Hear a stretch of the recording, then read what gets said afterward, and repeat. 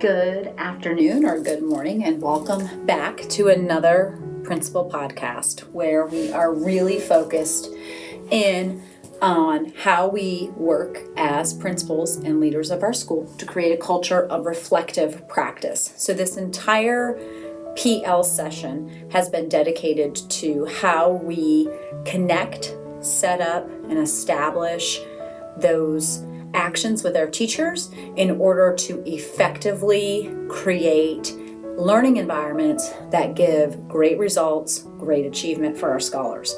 So we're in March now, and if you're anything like me right now, you're trying to do a million things at once, including build your master schedule for next year, hiring season, and continuing the great work that you've started at the beginning of the year with your PLCs and working to grow teachers, to build capacity within your co-teaching environments and within all of your learning spaces in your general education curriculum. So today, we're going to really look at assessing our impact and trying to think through and think about what are some ways that we have assessed our impact, what are some ways that we have thought and been reflective as principals and as leaders, coaches, to our teachers and our staff, which is ultimately reviewing the purpose of our work. Even though it's March and we're kind of running into hiring season, testing season, and we're about at the end of the year, we're almost in that fourth quarter, we still have a moral imperative to continue the work that we started at the beginning of the year, to continue to make sure that teachers are growing and building capacity within their learning spaces, to ultimately make sure that our students are mastering and achieving the goals. So we're going to review that. We're going to see some snippets of learning spaces, and that's going to be in another video where I'm going to show you some of our inclusion classrooms and give you some of the important things that we do here on our 612 campus that really help us maintain a learning environment with two teachers that both have that parity in the classroom, because I think that is one of the most critical things to this work. And then we're also going to make sure that we can assess our impact as leaders, as principals, as coaches. Everything that we do in order to grow our teachers, to grow scholars, we have to be reflective on ourselves. And we have to know if what we're doing, how we're saddling up next to that teacher is growing them, and what can we do different or better in order to get an even greater result. So we're going to take a look at some of that today. So the March mission is continuing to think about how you're getting into those learning spaces. If there's anything that I can talk more about or cheerlead or emphasize, it is get into your classrooms. Make it a priority, whatever you need to do in order to say, today I'm getting into these 3 classrooms or these 5 classrooms, or this week it's English, next week it's math. Whatever your system is, I encourage you to continue with that system and make it a moral imperative, make it a priority, because the minute that we find our focus in other places and the minute that we start derailing into the 1,000 things that we can derail in is when things, specifically student engagement, student achievement, and teacher focus on their learning designs, go not the way we want them to go. So make sure that you are making that professional commitment as the lead learner of your building to get into the learning spaces. When we talk about transformational feedback, what we're really looking for is feedback that changes the way a teacher behaves in their learning space, right? So we're going to talk a lot about feedback, and we've been talking a lot about feedback. And feedback is critical, and it's the only way to change. But we also, as coaches, principals, and leaders, want to think about how to give that transformational feedback, because that's the feedback that is going to flip the switch for the teacher, right? It's the feedback that's going to make the teacher behave differently or think differently in their approach to instruction and in their approach to helping students master standards and achieve. So we're going to talk a little bit about transformational feedback. I'm going to walk you through an activity that we're going to do with our staff in the next couple PLCs that I think is going to help you as a leader be able to identify who on your staff is in which stage and how you can help grow them by understanding what stage they're in and using your feedback intentionally. And that's going to help us grow scholars and ultimately achieve the results that we're looking for. So feedback is a process, right? We have to remember that it's not a product. I often say special education is a place or is a service, not a place. It's a service, not a place. It's the same with feedback. Feedback is a process. It's not a product. So we want to think about these 5 core pieces. The principal has to provide regular feedback. That is mandatory as much as you can. Encourage you to give the feedback, show the feedback in all the different ways. The coach also has to provide regular feedback. And what that looks like and how you use that, we use Bullseye as a supplemental piece to our TEKS. And then every time we're in learning spaces, we handwrite a note. Clear look-fors are established. You've probably done that already in your clear look-for. So remember at the beginning of the year, we talked about what are those clear look-fors and what are those pieces that you as a school and a leader have decided that these are the things that you need to see in your learning spaces.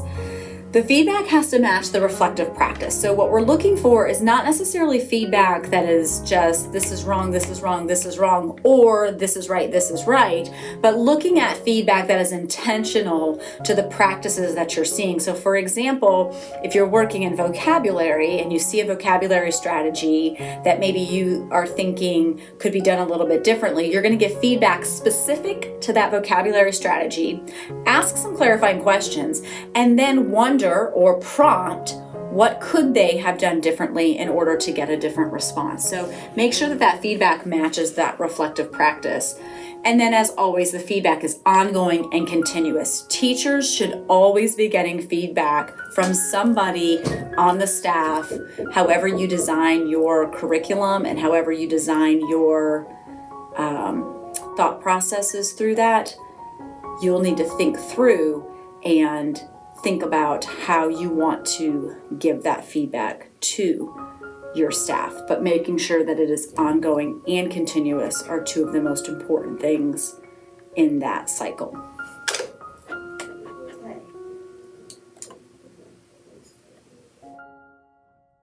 So now we're going to look at the stages, and this is really one of the most important pieces of work that we are going to drive out of our PLCs this year when we're talking about our effective co-teaching practices.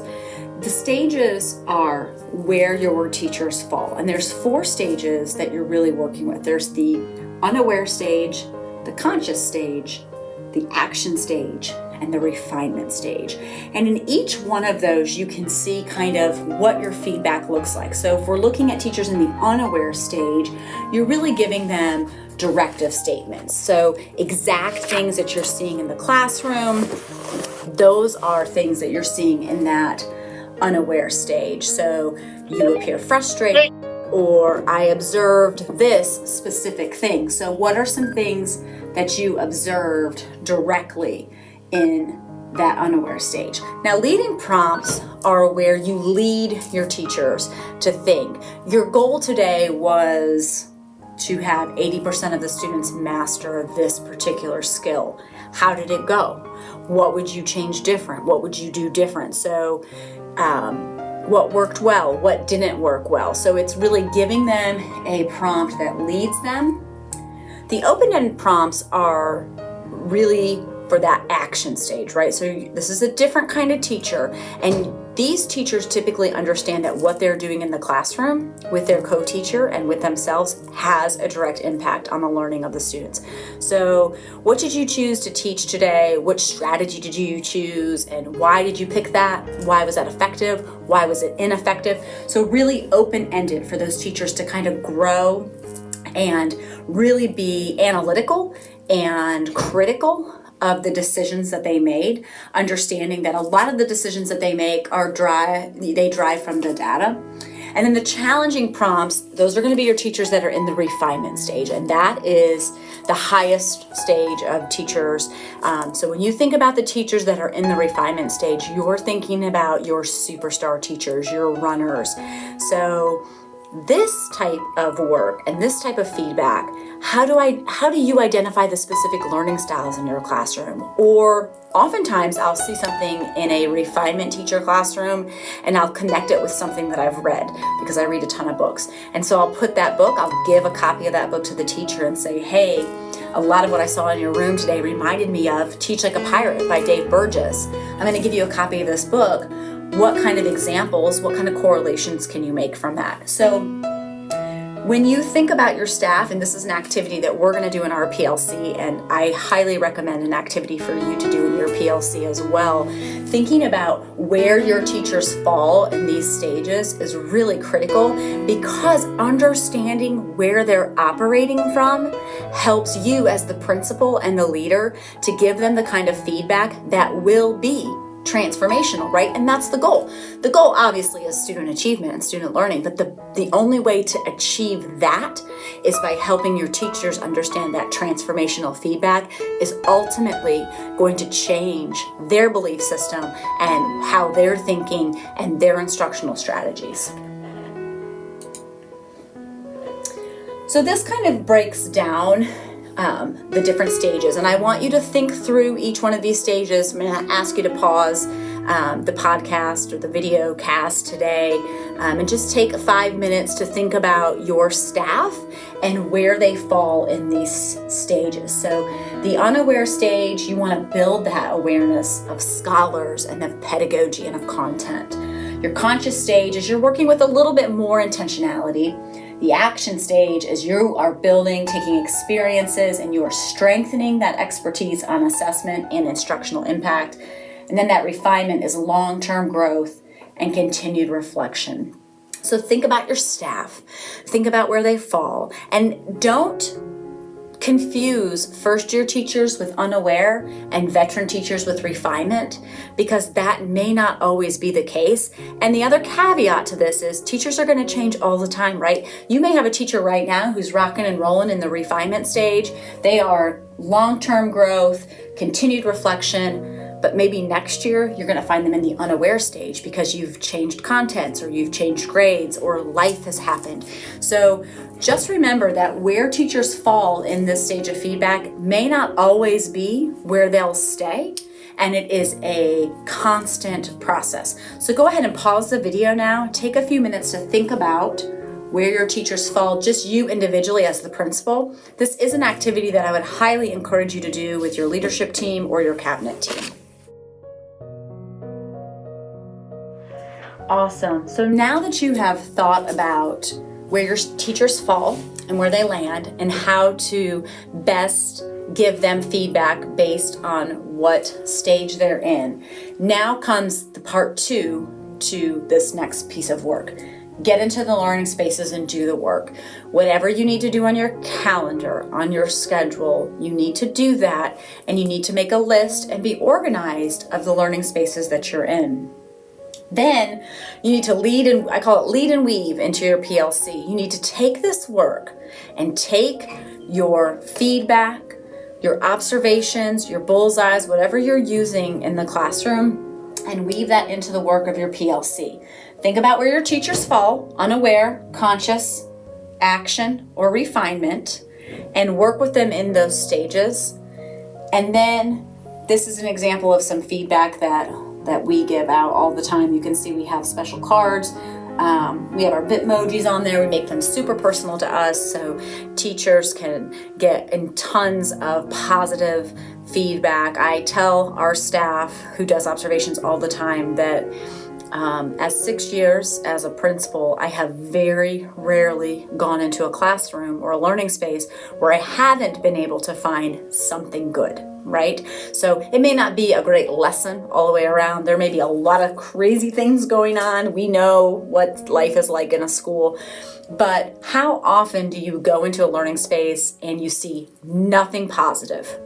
Not very often, right? So that is why it's always important to leave some type of feedback behind, just validating I saw you, I see you, I know how hard it is, I know what you're doing, but make it specific to something that you saw in the classroom. That's a different kind of feedback than the transformational feedback that we're really looking for when we're talking about making our co-teaching spaces better.